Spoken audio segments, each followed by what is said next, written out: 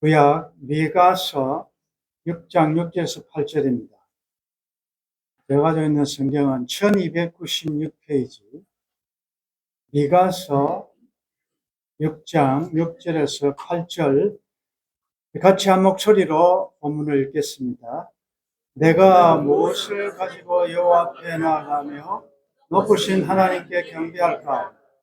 내가 번제물로 일년된 송아지를 가지고 그 앞에 나아갈까? 여호와께서 천천의 숫양이나 만만의 강물 같은 기름을 기뻐하실까? 내 허물을 위하여 내 마다들을 내 영혼의 죄로 말미암아 내 몸의 열매를 드릴까?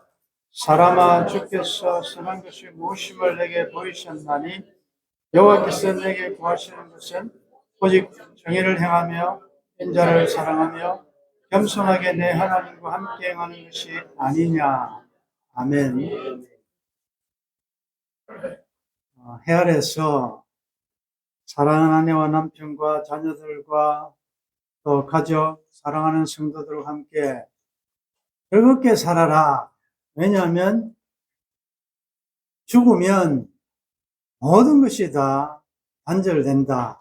그러니까 살아있는 것이 희망인 줄 알고 어쨌든 즐겁게 살아있는 동안 나간의 인생 여정에 기쁘게 살아라는 말씀을 들었는데, 근데 말씀은 그런데 어떻습니까? 한 주간 돌이켜보면 잘 안 되죠. 즐겁게 행복하게 기쁘게 살고 싶지만 때로는 너무 힘들다. 특별히 이 관계성에서 어려움을 많이 겪게 되는데, 무슨 가정도 그렇고 모든 사회생활이 그래요. 혼자 사는 사람이 없고 다 연결되어 있는데,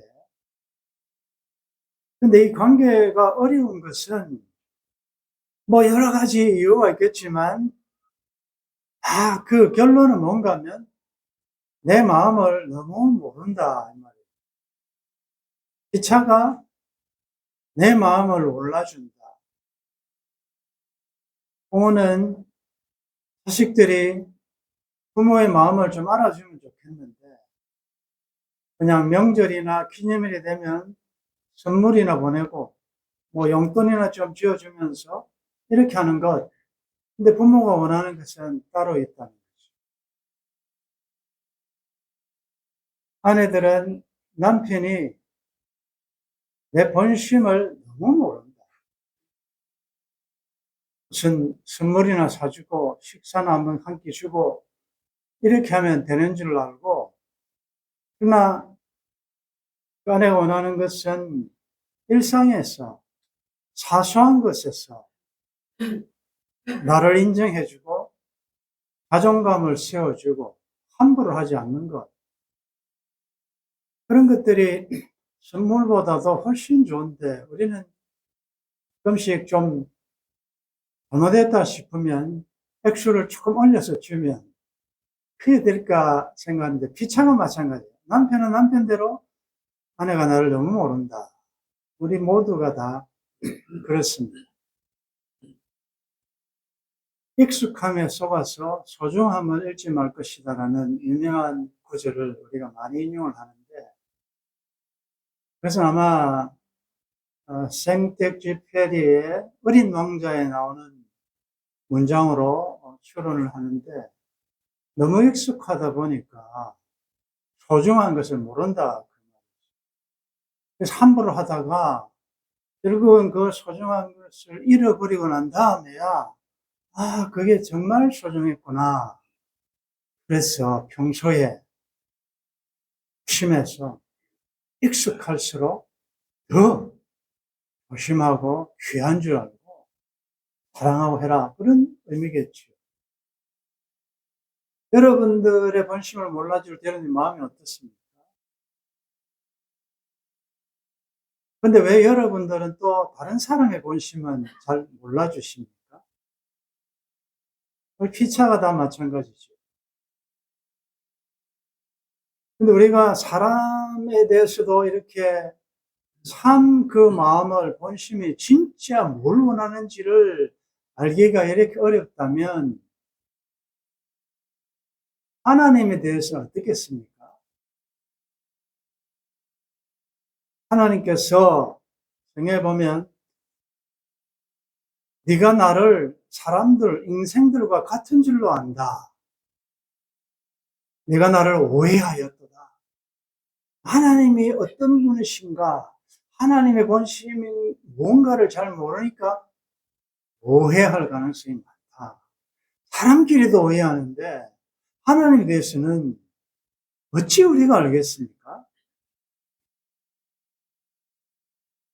감사하게도 오늘 하나님의 본심을 오늘 말씀하십니다. 하나님이 나에게, 여러분들에게, 우리에게 뭘 원하시는지, 뭘 구하시는지. 그래서 우리가 오늘도 예배의 자리에 왔는데 진짜 하나님이 원하시는, 하나님이 받으시는 예배는 뭔가? 그리고 예배를 통하여 하나님이 나에게 구하시는 것이 무엇인가를 말씀해 주시니 얼마나 고맙습니까? 우리가 몰라서 그렇지 하나님에 대해서 알면, 하나님이 뭘 싫어하시며 뭘 좋아하시며 뭘 기뻐하시는지 알면, 그 하나님의 뜻이 무엇인 줄 알면 뭘 못하겠습니까? 새해도 이제 계속 예배가 드려질 건데, 사실 오늘도 말씀을 잘 보면 하나님이 원치 아니하는, 하나님이 받지 아니하시는 예배가 있었다는 것을 알고 내가 깜짝 놀랄 거예요. 나는 이렇게 하면 하나님 앞에 예배가 된 줄로 아는데, 하나님이 기쁘게 받으신 줄 아는데 그렇지 않다는 거죠. 근데 오늘 말씀을 잘 들어보시면 오늘 우리들에게는 굉장히 위로와 격려와 소망의 말씀입니다. 오늘 읽은 본문의 배경은 하나님의 백성들이, 이스라엘 백성들이 하나님을 멀리하고 하나님이 원하시는 삶을 살지 않고 우상 숭배하고 자꾸 곁길로 나가니까, 우리 이런 경우가 있죠. 자녀가 너무 속썩이면 부모 스스로를, 회초리를 때리기도 하고, 네가 뭘 잘못했느냐 말하기보다는 너무 속상할 때는, 답답할 때는 내가 나한테 뭘 잘못했길래 네가 나에게 이렇게 하냐, 이렇게 속상함을 토로할 때가 있죠. 내가 너에게 도대체 뭘 잘못했다고, 너 왜 이런 식으로 하느냐, 행동하느냐, 이럴 경우처럼 하나님께서 이스라엘 백성들에게, 하나님 백성들에게 너는 이런 거 잘못했지 않느냐라고 하지 않으시고, 오히려 하나님께서 피고인이 되셔서 내가 뭘 잘못했는지 한번 말해봐라, 이런 투로 6장 1절부터 5절까지 그 내용이 나타나는데, 특별히 3절에 보시면 이르시기를 내 백성아, 내가 무엇을 내게 행하였으며 무슨 일로 너를 괴롭게 하였느냐, 너는 내게 정하노라. 여러분들 때때로 하나님에 대해서 섭섭함과 하나님이 내 기도에 응답해 주지 않고 내 삶에 이해하지 않는 여러 가지 병, 고통, 실패, 이런 거 있을 때 우리는 제일 먼저 제일 쉬운 게 하나님 원망하죠. 하나님 이럴 수가 있습니까? 내가 얼마나 하나님을 위해 헌신하고 기도하고 섬겼는데 이게 뭡니까? 나에게 돌아온 것이 이것입니까? 병입니까? 실패입니까? 이렇게 항의할 때가 있죠. 근데 하나님께서 말씀하십니다. 그런 여러분들에게 말씀하십니다. 내가 넌 뭘 괴롭게 했냐? 내가 너에게 뭘 잘못했느냐? 말해봐라. 이런 말이에요. 정언해봐라. 그러면서 하나님께서 하나님의 백성들에게 행하신 일을 기억해보라라고 하면서 4절에 보면 내가 너를 애굽 땅에서 인도해내어 종노릇하는 집에서 속량하였고 모세와 아론과 미리암을 내 앞에 보내었느니라. 출애굽 사건 우리가 다 알잖아요. 하나님이 하신. 내 백성아, 너는 모압 왕 발락이 꾀한 것과 보로의 아들 발람이 그에게 대답한 것을 기억하며 시딤에서 길갈까지 일을 기억하라. 그리하면 나 여호와가 공의롭게 행한 일을 알리라. 여러분들 받은 복을 세워보시고, 여러분들 광야 여정의 인생 여정에 지금까지 올 때까지 하나님이 여러분들에게 얼마나 은혜로 구름 기둥과 불기둥으로 나쁜 것을 우리는 몰랐지만 하나님께서 막으시고 길을 여시고 인도하셨음에도 불구하고 우리는 조금만 어려움이 있으면 원망하죠. 감사하지 않고. 하나님이 나한테 해준 게 뭐겠습니까? 그래서 하나님께서 너무나도 기가 막히시는 거죠. 너 한번 생각해봐. 너 태어날 때부터 너 어디서 태어났으며 그 다음에 학교를 졸업하고 또 이런 과정을 거칠 때 동안에 그때 도와준 사람이 누구냐? 내가 너에게 은혜 베풀고 인도한 걸 에베네스를 한번 기억해보라 라고 말씀하십니다. 이러니까 이스라엘 백성들이 찔려가지고 우리하고 똑같아요. 하나님의 말씀으로 탁 이렇게 감동을 주시고 하면 하나님이 좀 화가 나셨네. 남편이 화가 났네. 아내가 화가 났네. 그럼 내가 무슨 선물을 좀 더 해야 줄까? 이게 우리의 성향이고 심리입니다. 그래서 나온 말이 오늘 본문이에요. 내가 무엇을 가지고 한번 따라하겠습니다. 내가 무엇을 가지고 요 앞에 나가며 높으신 하나님께 경배할까? 내가 번제물로 1년 된 송아지를 가지고 그 앞에 나갈까? 아니면 조금 더 투자해서 천천의 숫양이나 만만의 강물 같은 기름을 가지고 갈까? 이 엄청난 투자죠. 이렇게 하면 내가 잘못한 것을 좀 상쇄받고 보상받을 수 있을까? 여기서 한 걸음 더 나아가서 어느 정도로 그들은 열정적인가 하면 내 허물을 위하여 내 맏아들을 인신제사죠. 당시에 몰렉이라는 신에게 자기 아들을 바치는 이방 풍습이에요. 그 정도로 그들은 종교적인 열심을 가지고 있어요. 하나님의 마음을 풀 수만 있다면, 나의 죄를 없이 할 수 있다면 내 맏아들이라도 바치겠다. 이 대단한 거 아니겠습니까? 여러분들 중에 하나님 앞에 나오면서 자식을 바치는 이런 사람은 없지요. 내 영혼의 죄로 말미암아 내 몸의 열매를 드릴까? 종교 행위를 하겠단 말이죠. 여러분들 여기서 우리가 오해하는 것은, 여러분들 한 주간 혹 뭐 잘못했잖아요. 그럼 여러분들 어때요? 여러분 마음에 헌금을 조금 더 하고 싶은 마음이 생기죠.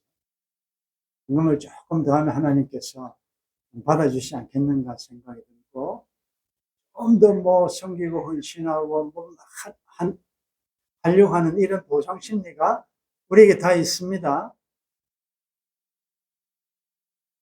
자, 그렇게 할 때 하나님께서 답변하시면 8절에 사람아, 주께서 선한 것이 무엇임을 내게 보이셨다. 보인다는 건 계시했단 말이에요. 이미 하나님이 선한 것, 하나님의 뜻이 무엇인가를 하나님이 말씀하셨는데도 불구하고 여전히 그들은 자기 생각으로, 자기의 경험으로. 여러분들 이 본문에서 중요한 것은 내가입니다. 주어가 내가예요. 내가. 우리는 모든 삶의 주어는 하나님이어야 되는데, 이 중요하죠. 내가 무엇을 가지고 이방 신들을 섬기는 이방 우상 숭배자들의 자세죠. 내가 지극정성을 들이면 신이 감동해서 신이 나에게 복을 준다는 생각. 동일합니다. 현대교회도 똑같아요. 내가 지극정성을 들여서 하나님을 감동시키고 하나님이 감동받아 내가 원하는 것을 이 복을 받는. 자, 그런데 하나님은 이미 뭘 요구하시는지를 말씀하셨는데 본문이 많지만 한 두 군데만 소개하겠습니다. 아모스 5장 21절에 보면 잘 들어보십시오. 내가 너희 절기들을 미워하여 멸시하며 너희 성회들을 기뻐하지 아니하나니 너희가 내게 언제나 소재를 드릴지라도 내가 받지 아니할 것이요 너희의 살찐 희생의 화목제도 내가 돌아보지 아니하리라. 내 노랫소리를 내 앞에서 거칠지어다. 내 비파 소리도 내가 듣지 아니하리라. 많이 가져가면 하나님은 제사를 좋아하시니까 많이 가져가면 그래서 여러분들 좀 조심스러운 접근이지만 제가 미국에 있을 때도 그 주위에 있는 아주 그 은사주의 교회에서 1000번째 운동을 많이 하는데 그걸 나쁘다고 비판하기보다는 그 정신이 말이죠. 왜 1000번째를? 솔로몬이 1000번째를 드렸던 것처럼 헌금도 1000번째 헌금도 있거든요. 다양해요.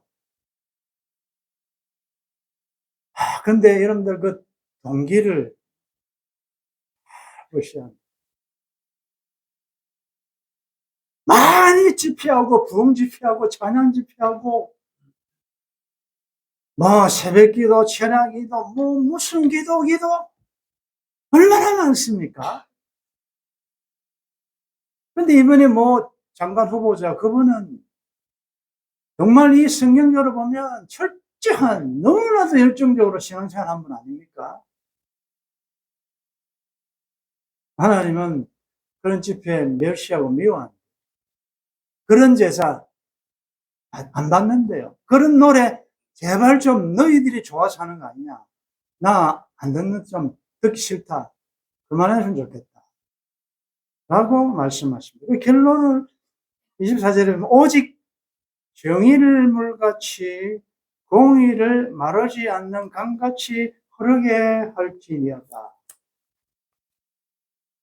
그 다음에 여러분들이 너무나도 잘 아는 이사야서 1장 11절에 보면 여호와께서 말씀하시되 너희의 무수한 재물이 내게 무엇이 유익하냐? 나는 수장의 번제와 살찐 짐승의 기름에 배불렀고 나는 수송아지나 어린 양이나 염소의 피를 기뻐하지 아니하노라. 너희가 내 앞에 보이리 오니 이것을 누가 너에게 요구하였느냐? 내 마당만 밟을 뿐이니라. 우리가 기도할 때 참 무서운 내용 중에 하나가 마당만 밟고 가지 않게 해주십시오. 여러분들 주일날 우리가 교회 오고 집회 때 오는데 마당만 밟고 갈 때가 많습니다. 왜 그러냐? 헛된 재물을 다시 가져오지 말라. 분향은 내가 가정이 여기는 바요 월삭과 안식일과 대회로 모이는 것도 그러하니 성회와 아울러 악을 행하는 것을 내가 견디지 못하겠노라. 내 마음이 너희의 월삭과 정한절기를 싫어하나니 그것이 내게 무거운 짐이라. 내가 지기에 곤비하였느니. 무거운 짐이다. 너희가 손을 필 때에 내가 내 눈을 너희에게서 가리고 너희가 많이 기도할지라도 내가 듣지 아니하리니. 여러분들 기도 많이 한다고 하나님 그 이방인들이 하는 기도라고 했어요. 많이 기도해야 들으실 줄 안다. 한국 교회가 얼마나 기도 많이 합니까? 하나님 안 듣시는데 안 듣는데 이는 너희의 손에 피가 가득합니다. 너희는 스스로 씻으며 스스로 깨끗하게 하여 내 목전에서 내 악한 행실을 버리며 행악을 그치고 선행을 배우며 정의를 구하며 학대받는 자를 도와주며 고아를 위하여 신원하며 과부를 위하여 변호하라 하셨느니라.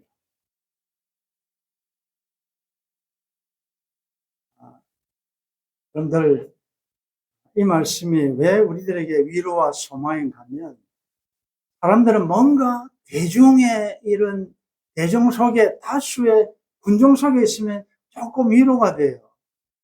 그러나 소수고 적은 무리에 있으면 뭔가 불안해요.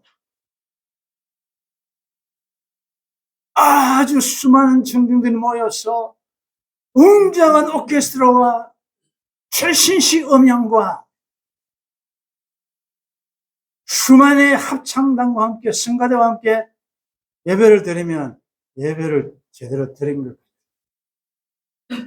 안심이 돼요. 근데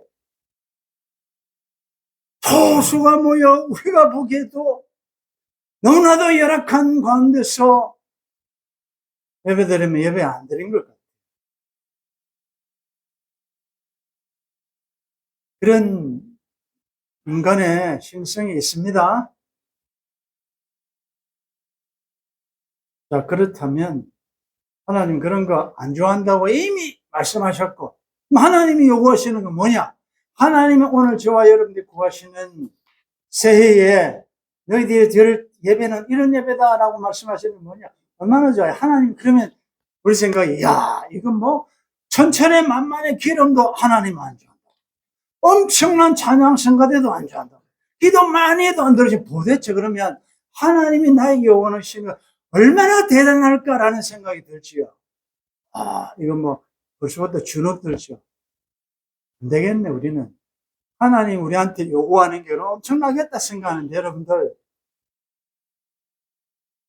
8절에 사람아, 주께서 선한 것이 무엇임을 내게 보이시니 여호와께서 내게 구하시는 것은 오직 정의를 행하며 인자를 사랑하며 겸손하게 내 하나님과 함께 행하는 것이 아니냐?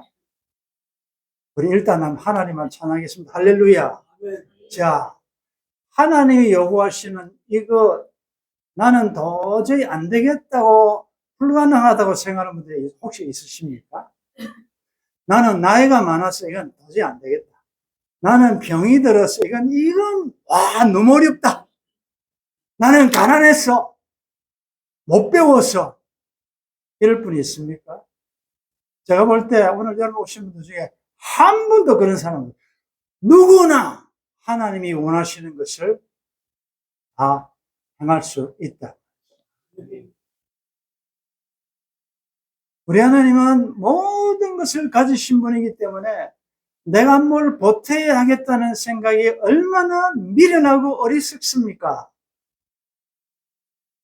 구하기 전에도 무엇이 있어야 될 걸 아시는 하나님 앞에 많이 해야 하나님이 들으신다고 생각하는 게 얼마나 하나님을 오해한 것입니까? 여러분들 무엇을 좀 많이 가져야 행복하고 많이 드려야 하나님이 좋아하실 것이라는 생각을 내려놓으시오.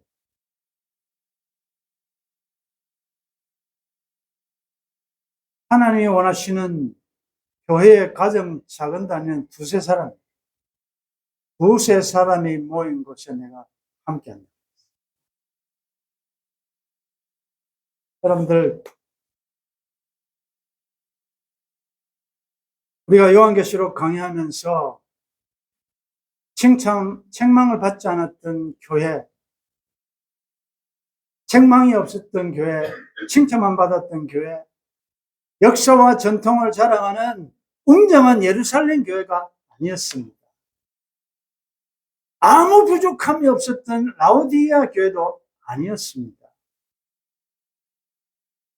적은 능력을 가지고 하나님의 말씀을 지키려고 애썼던 필라델피아 교회를 하나님이 칭찬하셨습니다.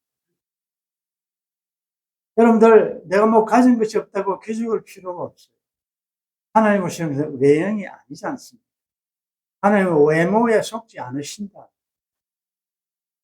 하나님 원하시는 것은 너무나도 간단. 정의를 행하며 어렵게 살아라. 어렵게 사는 건 무엇이요? 하나님 말씀대로 사는 것입니다. 수직적으로 하나님 말씀대로 사는 것이고, 그 다음에 또 요구하는 게 뭡니까? 인자를 사랑하라. 인자가 뭐지요? 헤세드입니다. 헤세드가 뭐지요? 하나님의 무한한 자비, 긍휼, 사랑, 인내. 이게 헤세드. 하나님의 사랑은 무조건적인 사랑이니까 그 인자를 사랑하라. 수직적으로 하나님의 말씀을 지키려는 정의를 행하고, 그 다음에 인간적으로 나타날 때는 헤세드, 하나님의 긍휼과 자비와 사랑으로 행하고, 그리고 겸손하게 하나님과 동행하는 것 아니냐. 한마디로 이야기하면 정의와 사랑은 같이 가기 어렵죠. 정의를 주장하면 사랑이 좀 없어지고 딱딱해지고, 사랑만 강조하면 무질서해지죠. 그래서 공의, 정의와 사랑이 기가 막히게 입맞추고 딱 하나가 된 것이 어디입니까? 십자가네요. 죄는 버려야 되는, 죄는 죽여야 되는 그 죄의 삭선 사망이 하나님의 의가 드러난 것이 십자가 아닙니까? 그러나 동시에 그 죄는 미워하되 죄인은 사랑해야 되는 하나님의 헤세드가 드러난 것이 어디입니까? 십자가 아닙니까? 그래서 주님은 위로는 하나님의 손을 잡고 옆으로는 사람의 손을 잡고 심장이, 그리스도의 심장이 터져 사랑과 공의가 입맞추고 진리와 은혜가 충만한 그 자리가 십자가이다. 다른 말로 하면 의를 향하고 헤세드를 사랑으로 행하라, 이 말은 삶의 열매를 드리라는 말씀입니다. 십자가의 삶을 살아라는 말이에요. 그러므로 우리가 드릴 예물은 헌금을 많이 드리고 뭐 제사를 많이 드리는 게 아니라, 구약의 제사는 피를 흘리는 짐승제사였지만 신약의 제사는 살아있는, 죽이지 않는 살아있는 제물, 로마서 12장에 보면 너희의 드릴 영적 예배가 뭐냐? 너희 몸을 하나님이 기뻐하시는 거룩한 산제사로 드리라. 이게 너희의 드릴 영적 예배니라. 헌티아신 미국에 계신 그 목사님과는 자주 소통하면서 서로 위로하고 격려하는데, 오늘 새벽에 한 유튜브 영상을 보내셨어요. 그거 보니까 예수 믿는 사람이 더 악하다, 타이틀이 별로 마음에 안 들었습니다. 그래서 한번 클릭을 해보니까 어느 교인이 질문을 하고 목사님이 답변하는 그 내용이에요. 짧은 쇼트인데 내용이 뭔가 하면, 직장에 아주 인정받지 못한, 소위 말해서 고문관 노릇하는 분이 한 분 있는데, 알고 보니까 신앙생활을 참 열심히 하는 분입니다. 이제 거기에 대해서 답변해 달라 이 말이죠. 그래서 목사님이 먼저 죄송합니다 라고 하면서 이제 하는 말씀이, 제자라는 것은 예수님께서 가신 길을 따라가는 건데, 요즘 현대 교인들은 교회 안에서는 거룩하고 교회 안에서는 예수님을 잘 따라가는데 교회 밖에서는 그렇지 않더라는 것이죠. 너희는 세상의 소금이요 세상의 빛이라 그랬는데, 빛은 어두운 곳에 가야 역할이 있지 않습니까? 소금이 왜 필요합니까? 맛이 없을 때 소금을 치지 않습니까? 맛이 없는 곳에 가면, 우리가 가면 맛을 내야 되고, 어두운 곳에 가면 빛의 역할을 해야 되는데, 교회 안에서만 다 천사고 다 잘 믿고 목사님, 장로님, 권사님, 집사님 다 하는데, 교회 밖에만 나가면 가정에 가든 직장에 가든 그런 이 거룩한 구별된 삶이 연장이 안 되더라. 그런 안타까운 내용이었습니다. 오늘 이 말씀을 마무리하면서 하나님이 요구하시는 것은 엄청난 거 아닙니다. 여러분들 할 수 없는 게 아니에요. 여러분들, 우리가 올해는 성령에 매여 성령의 이끄시는 대로 이걸 말씀의 인도 따라, 하나님 인도하심 따라 우리가 살기로 했는데, 여러분들 성령에 매여 성령의 이끌림을 받는다는 건 복잡한 게 아니에요. 성령의 열매가 9가지 아니에요. 그런데 9가지는 동사가 말이죠. 복수로 되어 있지 않고 단수로 되어 있어요. 그 말은 성령의 열매는 9가지의 열매가 아니라 이 9가지는 한 가지라는 거예요. 근데 우리가 오미자라는 말, 오미자는 한 가지에서 5가지 맛이 난다. 그러므로 성령의 인도를 따른 크리스천은 거기에서 묘하게 9가지 맛이 나입니다.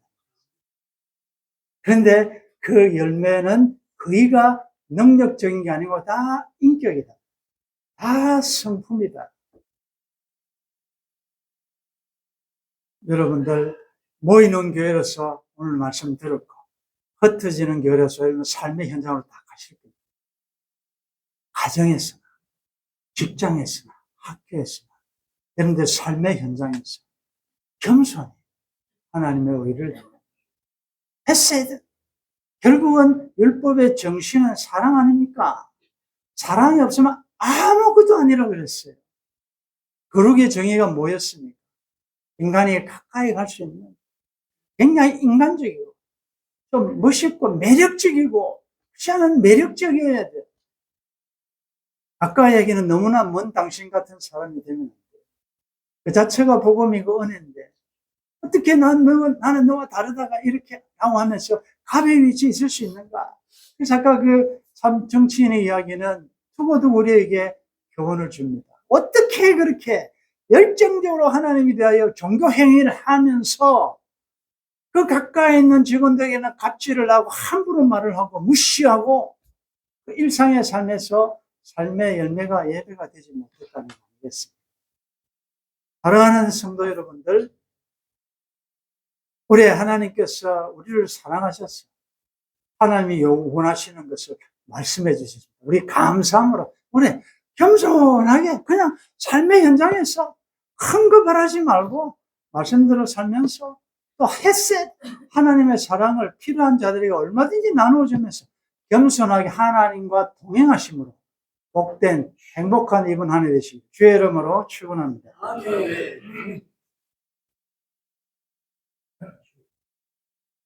많은 그리스도인들이 하나님을 오해하고 있습니다. 내가 무엇을 가지고 요 앞에 가야 되는지만 고민했지.